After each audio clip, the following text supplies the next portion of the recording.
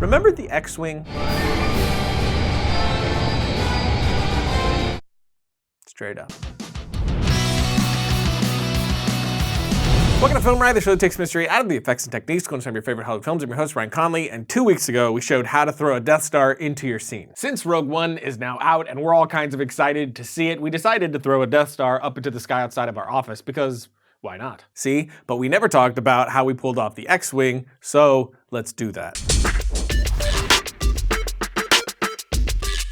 When I shot this, I decided to go handheld with a lot of movements and Eris in the foreground to help sell the effect later on. We didn't have a bunch of time to have anything interacting in camera, so instead I used Eris and the power lines for the X-Wing to have that go behind them and the handheld so it's tracked in the world to help sell the effect even more. But once I had my shot, we jumped into After Effects. For this, we used Element 3D from VideoCopilot right inside of After Effects. Of course, you can handle 3D objects just as easily in other software like HitFilm, but Element and After Effects are still king for this sort of thing. We also got the model for the X-Wing from VideoCopilot. Andrew put out a free Star Wars model pack called Star Pack. This comes with a few Star Wars goodies like the X-Wing, TIE Fighter, BB-8, lightsabers, and a bunch of 3D corridors, all super high quality and totally free, so you know, download it. But now we can bring that into our scene, and thanks to Element 3D, we can adjust the size, position, and lighting, and animate the model as well. For its movements, make sure you mess with the speed curve so that it doesn't have one unified speed in its movements. Should ramp up as it lifts off,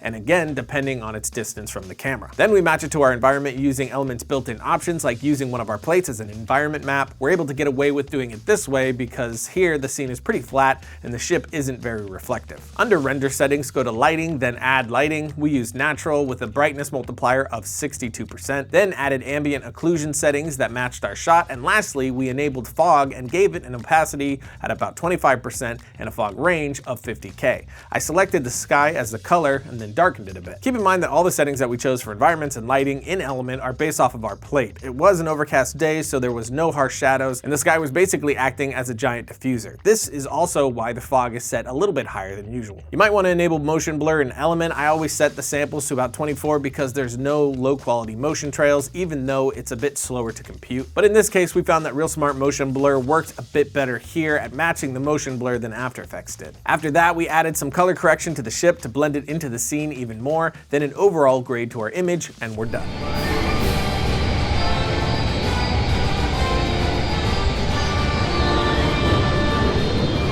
But now, a quick sponsoring, and then we get to some audio.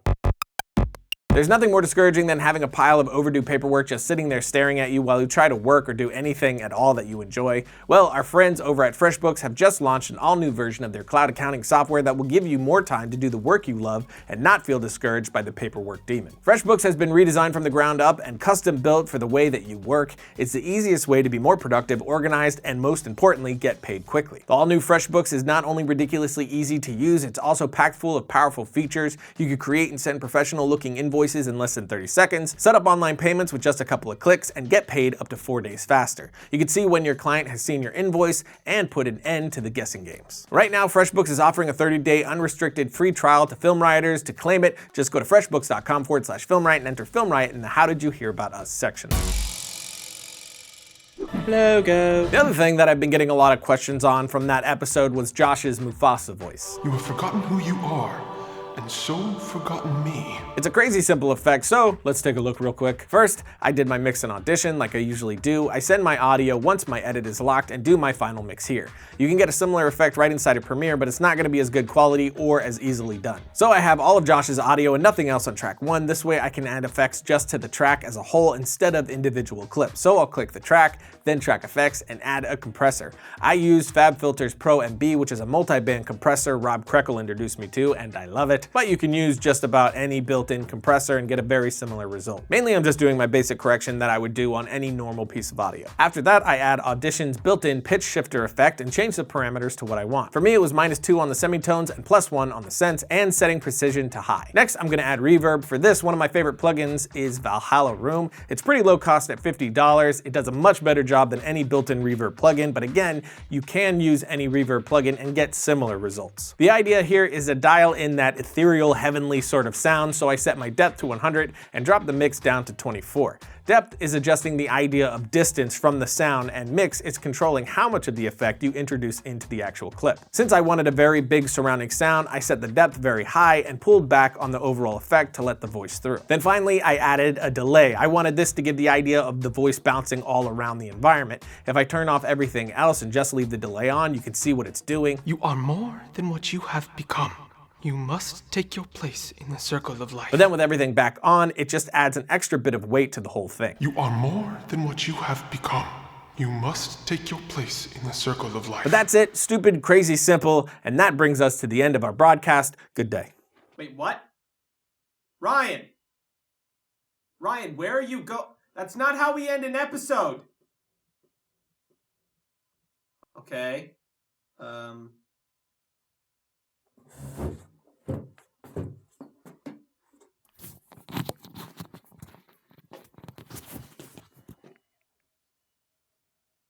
So that's it for today, I guess. You can follow me on my Twitter, right here. And see you guys next week when I steal someone's abilities through a basketball.